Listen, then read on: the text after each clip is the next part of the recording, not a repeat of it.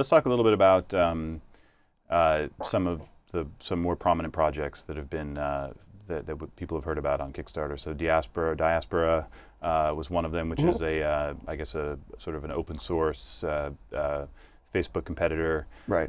TikTok, which is a very cool iPod Nano watch, which I guess has raised almost $1 million now. It was a runaway success. Yeah, I mean, can you talk a little bit about those? And, yeah. and I think those particularly, I mean, I think there have been a lot of successful projects on Kickstarter, but those maybe are ones that the TechCrunch audience might know better. Yeah, and those were outliers for us both in terms of their success, and then also those are slightly a little bit out of our sweet spot, which is more of in the creative arts. But technology and design are unbelievably creative fields, and we're thrilled to also serve them. And these kind of projects, they both succeeded for kind of different reasons.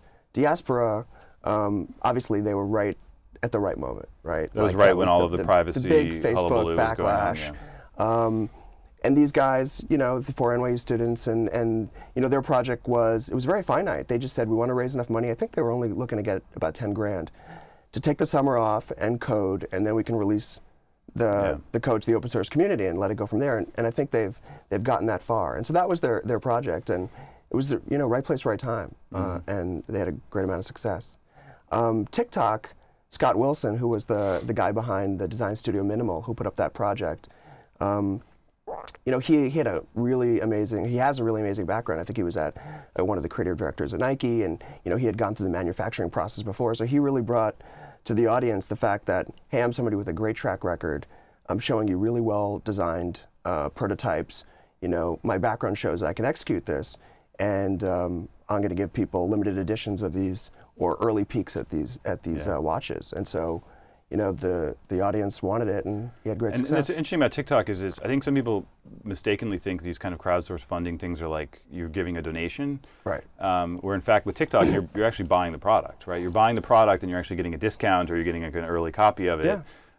So it's not like some kind of purely altruistic action that the user's taking, right? I mean, it's a more traditional commercial transaction. I mean, that case is like, everything on Kickstarter is basically somewhere between commerce and patronage, or a marriage of both. And I think that a lot of people who supported TikTok feel like patrons of Scott's project, and a lot of them feel like people who just simply got a chance to buy a product early. I think with Diaspora, people probably felt mostly like patrons, whether it's of Diaspora specifically or of the greater open source community.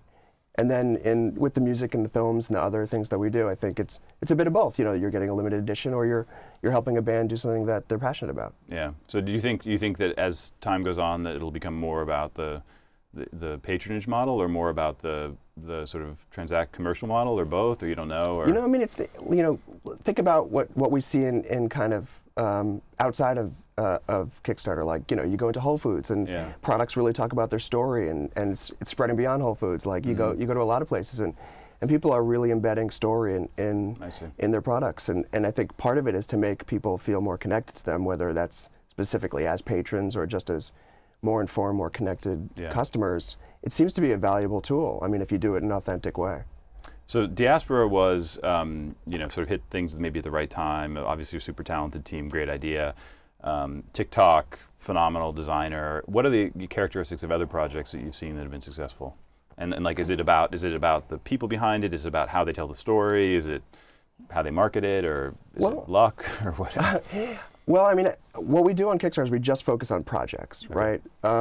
Businesses can use us, individuals. But you want the actual thing to be a project. It is a project, yeah. It's something finite, a specific goal, beginning and an end.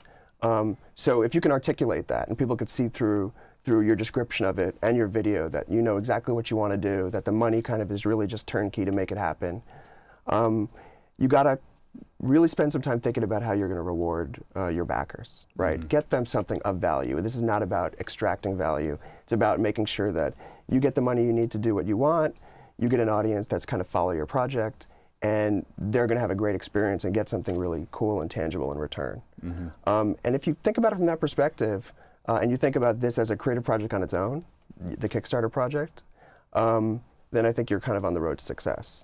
Yeah. And you also have to be able to and be willing to market it to your audience. Okay. It could be a small audience, but you have to get the ball going. The internet is not just going to find you